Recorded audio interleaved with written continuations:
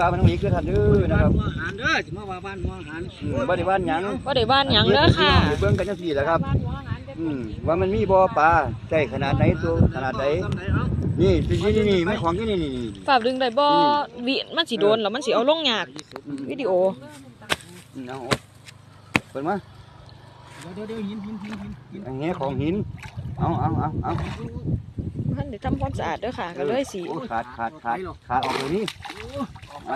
เอาพี่น้องเบิ่งปลาน้องเล็กเด้อท่านเด้อนะครับปลาบ้านน้องเล็กนะครับพี่น้องนะครับ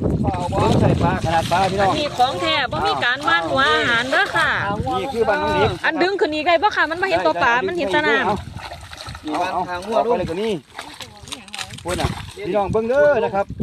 เอาเบิ่งหน้าอันผู้ประมูลเนี่ยนี่เบิ่งหน้าเขาขุนชักเกียวนั่นนี่ครับจัดให้พี่น้องนะครับมาเบิ่งเด้อท่านเด้อปลาบ้านน้องเล็กตำบลโพชัยอำเภอบ้านไม้จังหวัด